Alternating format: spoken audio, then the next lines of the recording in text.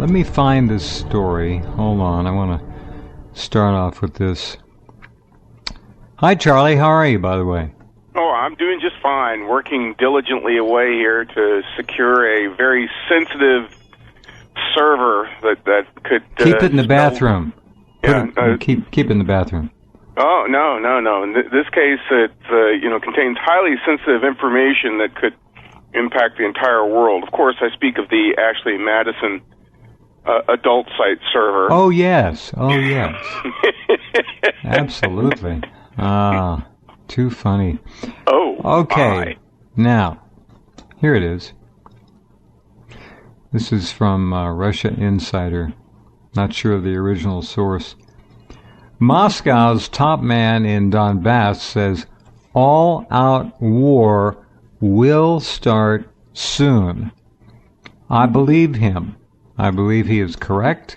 All indications are pointing to a major conflagration to force Russia to come in and save the Russian-speaking peoples who have formed two republics, the Donetsk People's Republic and the Lugansk People's Republic, together known as Donbass.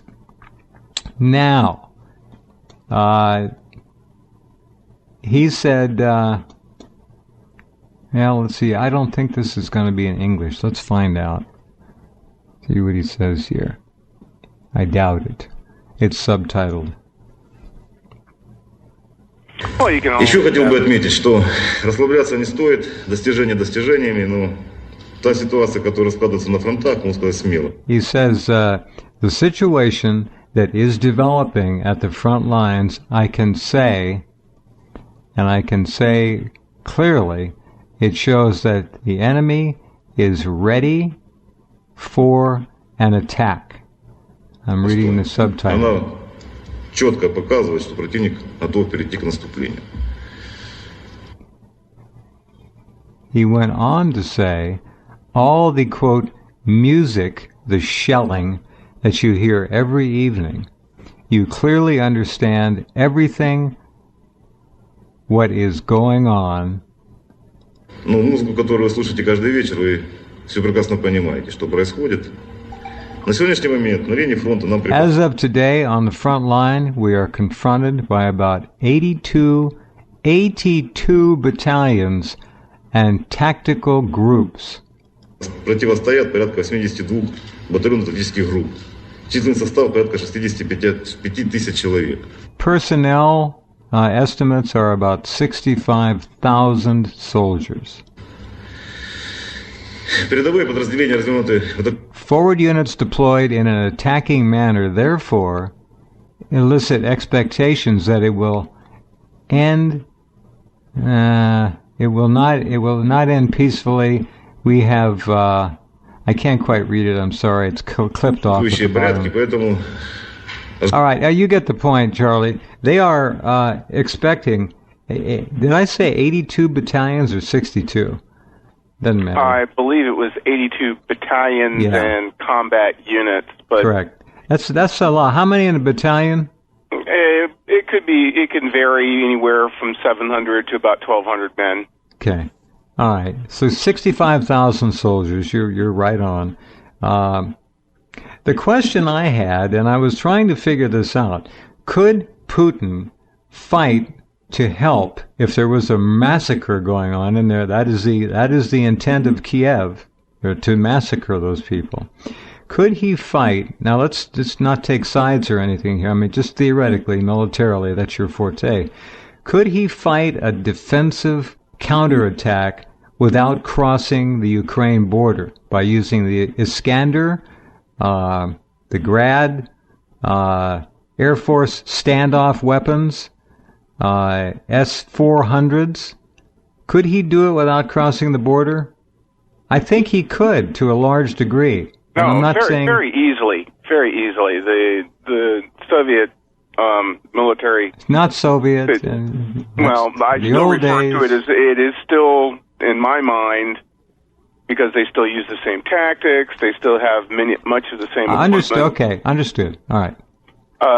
The Soviet military doctrine, which is still executed by the Russians, would basically crush any offensive operations and bring it grinding to a halt. And they wouldn't have to use sophisticated weapon systems such as the Iskander or long-range standoff. No, heck no. It would just basically be armor and artillery. The armor and artillery units that the Russians have in that vicinity outnumber the Ukrainians at a factor of about 12 to 1. Why haven't I seen this? I know you have sources, and that's probably where this is partially coming from. I haven't seen that. That's absurd. 12 to 1? Even 6 to 1? Oh, easily 12 to 1, if not better. Jeez. In fact, probably larger quantities in specific areas. In other words... Well, Crimea is loaded. We know that, and they could move stuff out of there in a hurry. So. Well, you have to keep in mind there's two parts to this. There's the actual real live military operations. The other part is the propaganda and world operations, in essence, what they try to portray in the news. It is very easy to make something look very nasty simply by stepping back from your allies and letting them get cut to the ribbons, and then have the media parade come in there and say, look at this is horrible.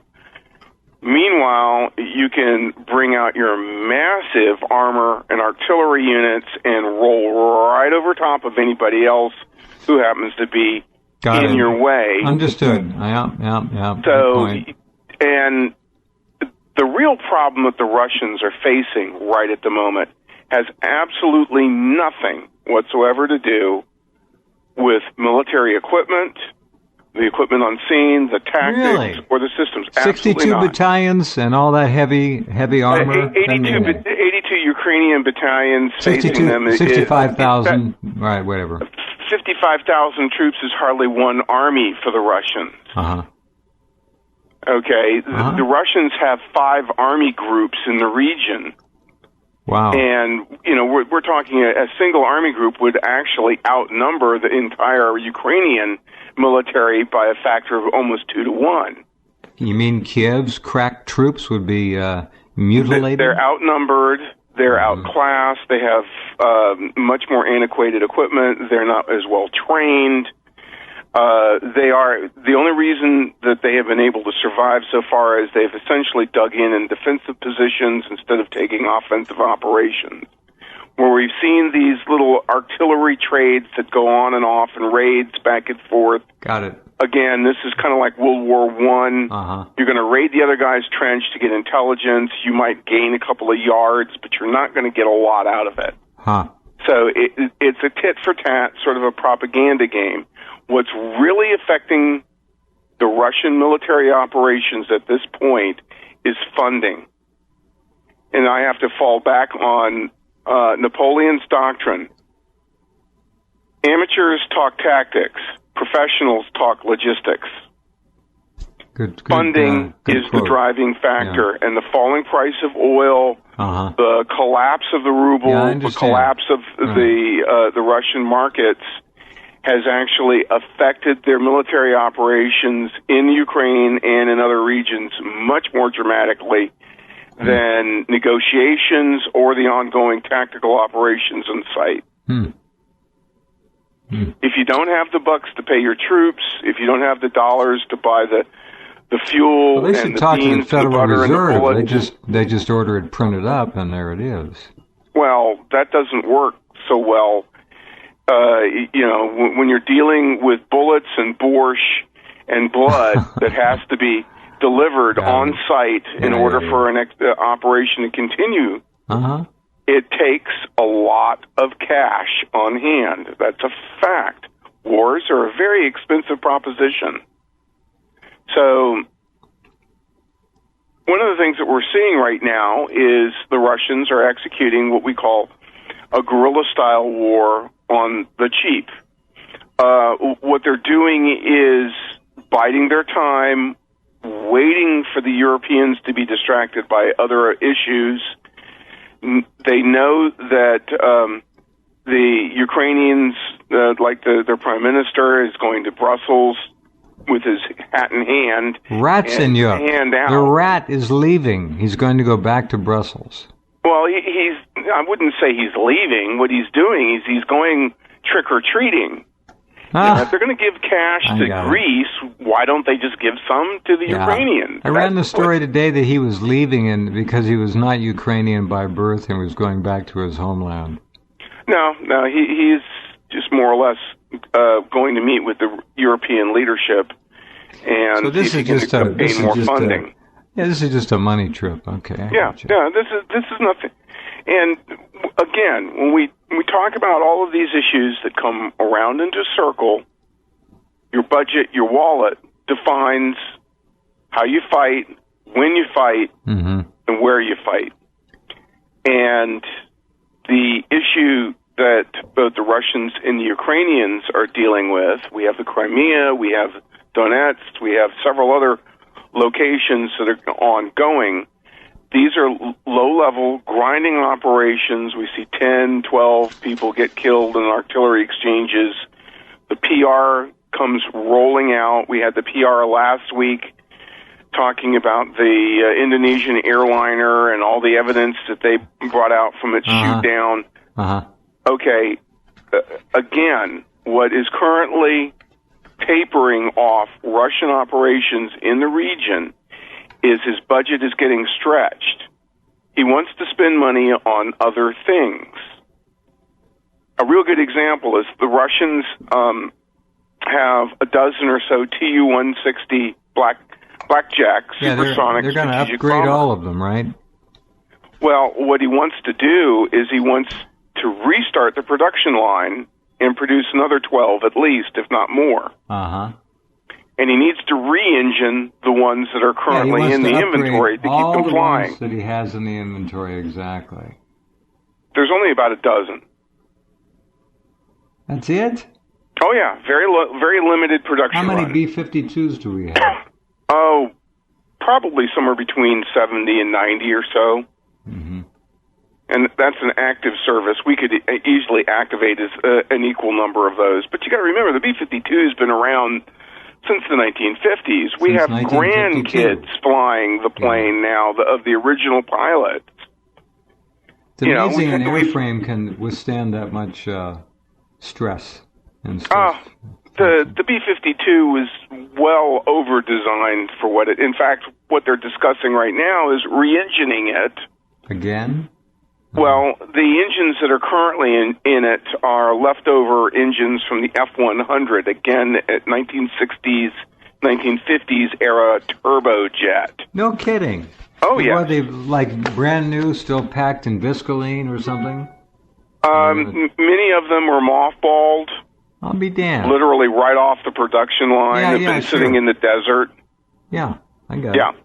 Now, what they're discussing is dumping those engines and putting engines that are currently on modern airliners, turbofans.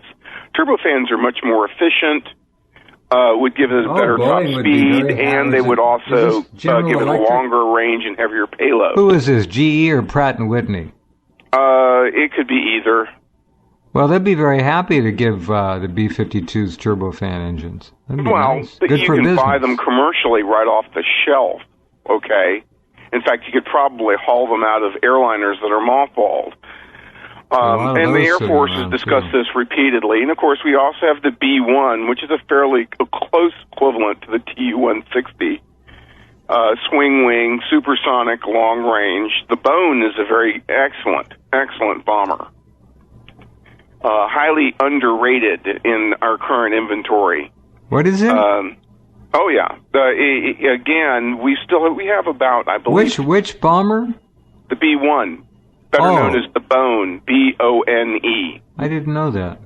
Yeah, we have the B-52, the B-1, and the B-2. Now the B-2 production run was 20. We've lost a couple, so there's about 18 that are actually flying. Hideously expensive stealth, very effective. But again, when you're looking at an airplane that costs nearly $1 billion, it's kind of tough that you want to risk it. more of a penetration and leading edge kind of thing, something that you would use in the first wave to soften things up. So you can bring your B-52s and your B-1s in, which are unstealthy, and they can execute more or less operations without opposition.